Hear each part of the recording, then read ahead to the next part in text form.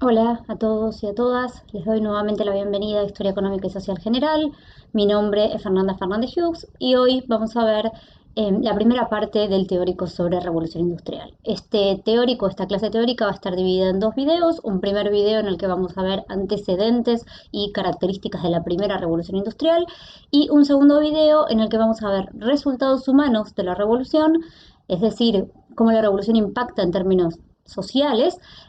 Y segunda fase de industrialización, características de la segunda fase de industrialización, cómo la primera revolución industrial se expande hacia nuevos países, incluso hacia nuevos continentes, y qué caracteriza a esa segunda revolución industrial.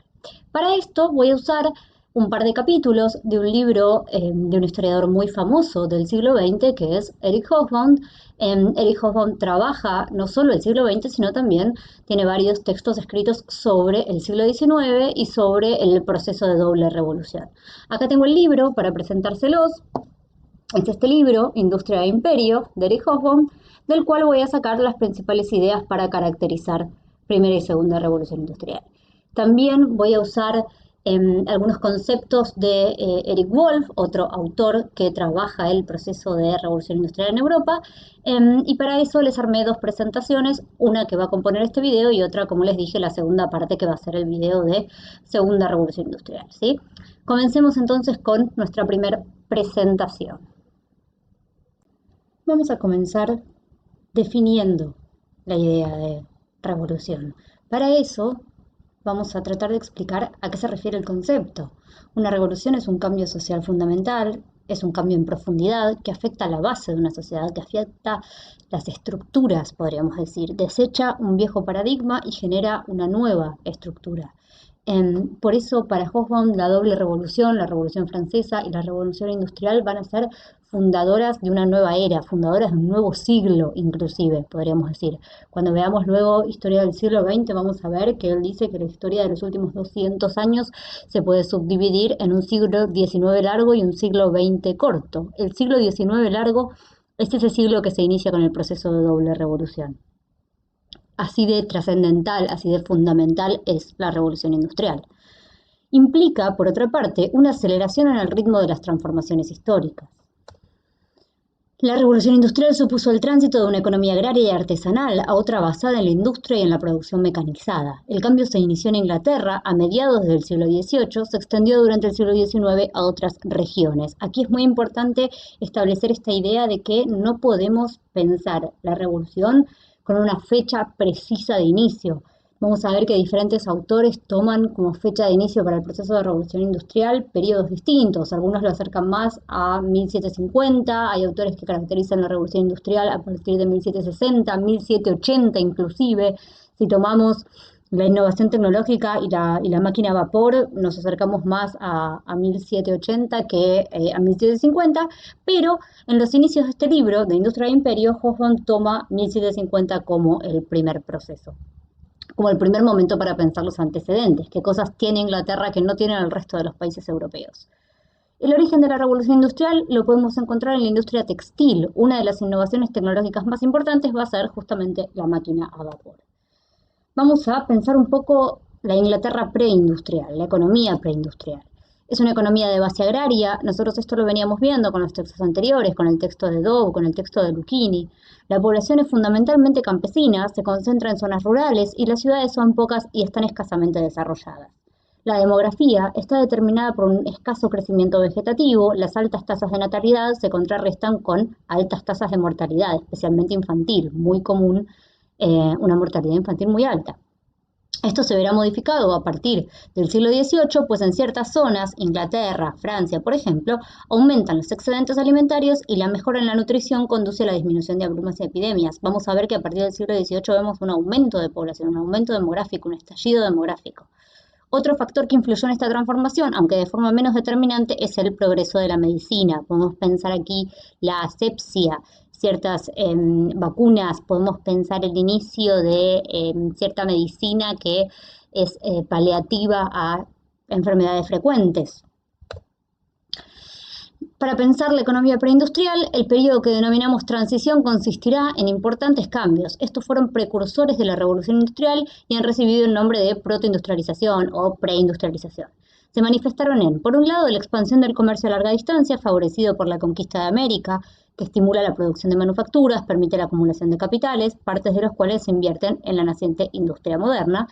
Por el otro lado, y en combinación, el desarrollo de una industria originalmente rural denominada Domestic System o sistema domiciliario o Hobsbawm lo va a llamar en sus textos Putting Out System, que es este sistema a partir del cual el campesino no solo se va a dedicar al trabajo de la tierra, sino que va a combinar ese trabajo de la tierra con la producción de textiles al interior de su hogar.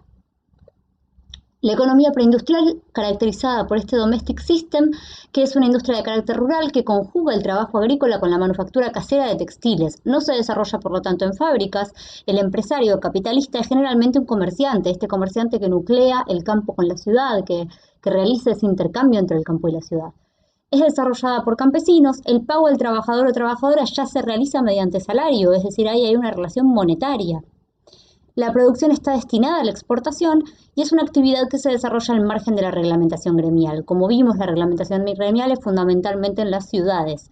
Una cosa quiero decir con respecto al pago del trabajador mediante salario. Dobb va a decir que el metálico, que la existencia del metálico e incluso que la existencia de la relación salarial antecede al propio capitalismo, ¿sí? Y esto se ve en esta idea de las pequeñas monedas a través de las cuales el comerciante le pagaba al campesino por su saber hacer, le pagaba por su trabajo. La primera revolución industrial en Inglaterra, lo que se conoce como primera revolución, es un proceso que se inicia durante la segunda mitad del siglo XVIII, es para los autores que veremos un fenómeno multicausal, esto ya lo hemos dicho bastante, pero no está de más repetirlo, fue producto de una serie de transformaciones. Tenemos por un lado las transformaciones demográficas, alta tasa de natalidad y descenso de la mortalidad, lo que genera un aumento poblacional. En ello intervinieron dos factores, mayor disponibilidad de alimentos y desaparición de las crisis de subsistencia. Revolución agrícola, junto con esto que mencionaba antes de los avances higiénicos, sanitarios y médicos.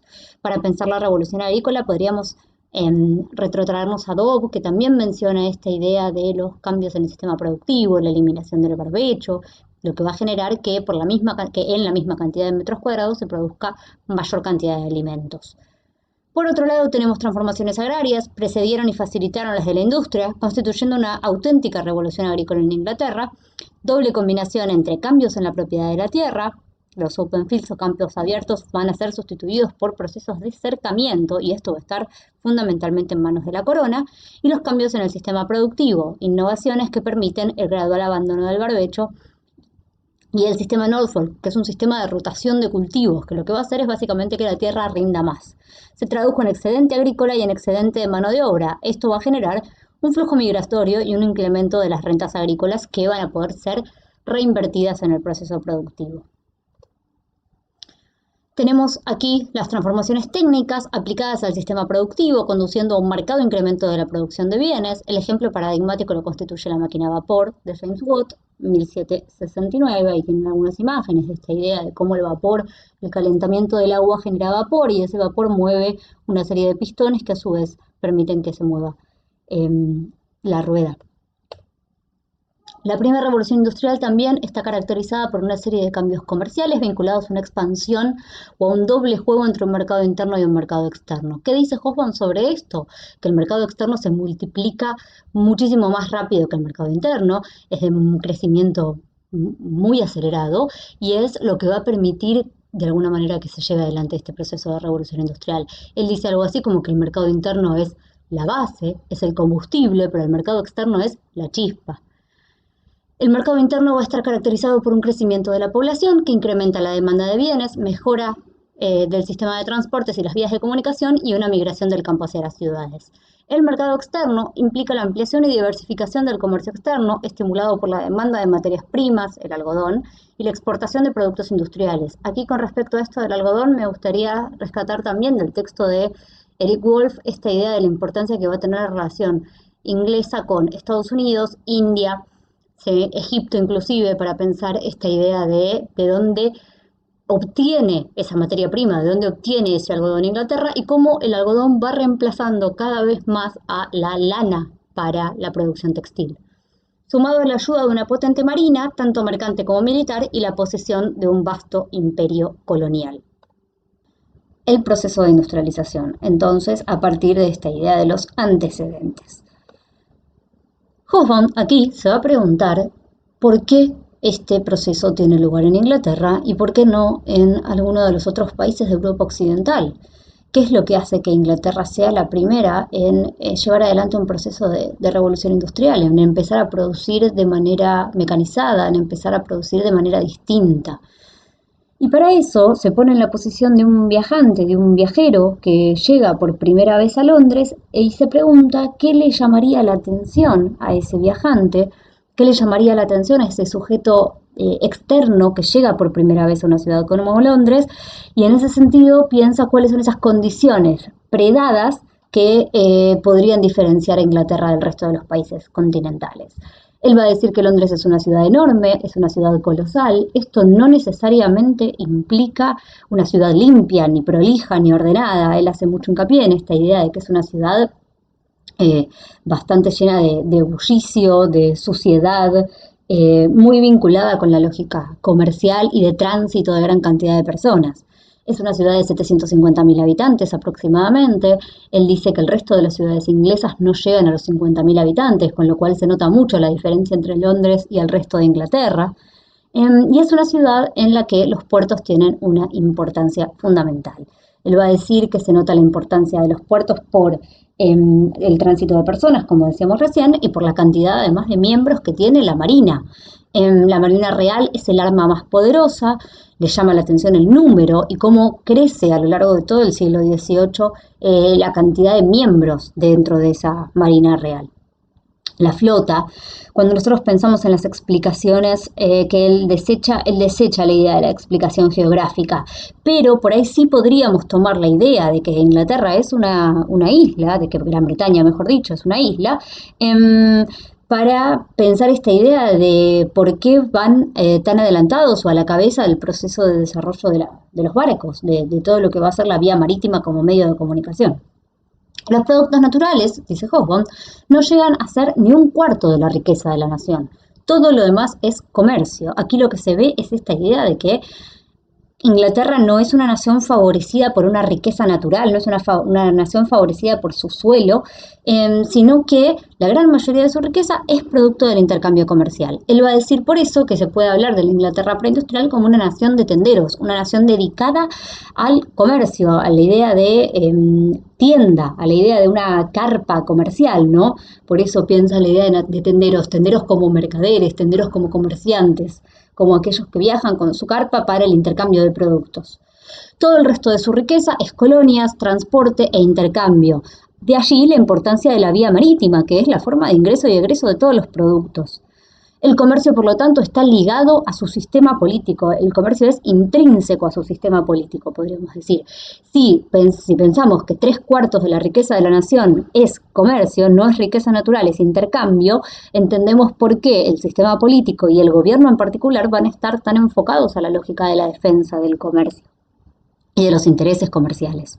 Una cosa interesante que él dice es que entre las cosas que podemos notar de esta Inglaterra preindustrial es la importancia que va a tener el comercio, el dinamismo y el progreso económico y el expansionismo para sostener también ese monopolio comercial. Los reyes están subordinados al Parlamento y el Parlamento está compuesto a su vez tanto por una oligarquía terrateniente como por representantes de las clases comerciantes. Sí, esto es decir, clases medias, burguesía, que además de ser comerciantes van a ser, y esto es lo más importante, productoras, van a ser manufactureras. ¿Sí? Recordemos que Woolf dice que la particularidad del caso inglés no es que los comerciantes traficasen en mercancías, sino que son arrastrados al reino de la producción, que son quienes se van a dedicar a la producción, y en este caso a la producción textil. Entonces, como decíamos, el Parlamento, que va a ser el órgano de consulta indispensable, necesario para la monarquía inglesa, está compuesto tanto por oligarquía terrateniente, por aquellos que además, dice Hobsbawm, al estar dispersa la industria y sobre todo al estar dispersas los talleres, van a dedicar parte de su tierra a la extracción de carbón, a la extracción de combustible, a la explotación de las minas para la extracción de carbón, para esos pequeños poblados en torno a los cuales se da la actividad textil, y por el otro lado representantes de las clases comerciantes, que van a ser los que le demanden a la corona políticas ya sea legislación, ya sea construcción de carreteras, ya sea vinculado con la seguridad, políticas que defiendan los intereses del comercio. La monarquía, entonces, dirá Hobsbawm, tiene como particularidad en Inglaterra hacer enriquecer a sus súbditos, hacer enriquecer a estas clases medias. Lo que va a decir Hobsbawm es que lo que podemos ver en la Inglaterra preindustrial para prever la revolución industrial es la idea de la naturaleza burguesa, la naturaleza comercial, el dinamismo y el progreso económico, un agresivo expansionismo y un resultado obtenido a partir de la empresa privada. La monarquía es la que fomenta ese enriquecimiento de sus súbditos a partir de la empresa privada y funciona como una aliada de esta clase manufacturera. Fomenta estas clases medias. Hay además una poca ostentación por parte de la nobleza, comparándola con la nobleza francesa. Acá podemos pensar, por ejemplo, no sé, en Versalles, ¿no? En la forma de vestir de los reyes continentales versus la lógica de la nobleza inglesa, y la nobleza inglesa es una nobleza mucho más, él dice, perfil bajo, una nobleza mucho más vinculada con esta idea de la clase comerciante, una nobleza que no duda en incluso casarse o relacionarse con sectores de la burguesía. Woolf va a decir que hay ahí un lazo entre la clase comerciante y la clase noble en Inglaterra que no tienen el resto de los países continentales. Los canales, los caminos se construyen con fines lucrativos, el progreso económico y técnico se ve o lo vería este viajante que llega por primera vez a Inglaterra, y hay una fuerte importancia, por un lado, de la empresa privada y por el otro lado de esta lógica del liberalismo. Aquí podríamos incluso trazar alguna relación con la reforma protestante. ¿Sí? Estamos hablando de una idea de empresa o de espíritu de aventura individual, ¿no? Este hombre que busca la maximización del beneficio. Inglaterra cuenta con dos aspectos. Por un lado, una economía monetaria, es decir, ya hay un intercambio que en su mayoría es en metálico, y de mercado a escala nacional, lo que permite, entre otras cosas, estabilidad de precios. Eso va a ser muy importante porque lo que dice Hobsbawm es que esa estabilidad de precios es un gran factor para pensar la inversión, para pensar el riesgo, y favorece la idea de la reinversión de capital. Por el otro lado, un campo donde no existe un campesinado como el continental. La compra y venta en el campo ya se da en metálico, recordemos que ya hay relación salarial en el campo, hay una comercialización de la vida rural y hay también un proceso de arrendamientos. Habíamos hablado de los cercamientos, podemos pensar en combinación con los arrendamientos, entonces la mayoría de las industrias son rurales, la producción es rural, pero esto también implica mayor dispersión y la mayor dispersión fomenta, entre otras cosas, mejores vías de comunicación, carreteras, transporte interno, mayor estabilidad, podríamos pensar. Aquí, para cerrar, me gustaría plantear esta idea de la triple hipótesis. Hobsbawm, en su capítulo sobre origen de la revolución industrial, trata de desechar explicaciones puramente políticas, explicaciones puramente geográficas, explicaciones que se sitúan en factores exógenos. Entonces él dice que la revolución industrial no se puede explicar a partir de clima, geografía, factores puramente políticos, accidentes históricos, sino que la teoría, la hipótesis que a él le cierra para pensar el proceso de revolución industrial en Inglaterra es la triple combinación entre una lógica de un mercado interno estable, como dijimos, la base, el combustible, un mercado externo en crecimiento, en expansión a lo largo del siglo XVIII, que va a ser la chispa que fomente ese aumento rotundo de población, y por el otro lado de mercados, ¿no? Y absolutamente de producción. Y por último, una lógica de un determinado gobierno, de una forma de gobierno, de una monarquía parlamentaria con representación de clases medias, que va a hacer guerra y paz, o que va a tomar a la guerra y a la paz como empresas, dice él. La propia política de la corona inglesa va a ser el crecimiento de la marina y por el otro lado el monopolio de las vías de comunicación, el fomento hacia leyes de protección de su propia industria y incluso dice Hobsbawm la destrucción de los mercados internos de otros países, de otras regiones, lo que le va a permitir a Inglaterra ser el único comprador y en muchos casos el único proveedor de manufacturas para esas regiones. Entonces es la combinación de esos tres factores, mercado interno, mercado externo y gobierno, lo que va a dar lugar a que la revolución industrial tenga lugar en Inglaterra y tenga lugar a mediados del siglo XVIII.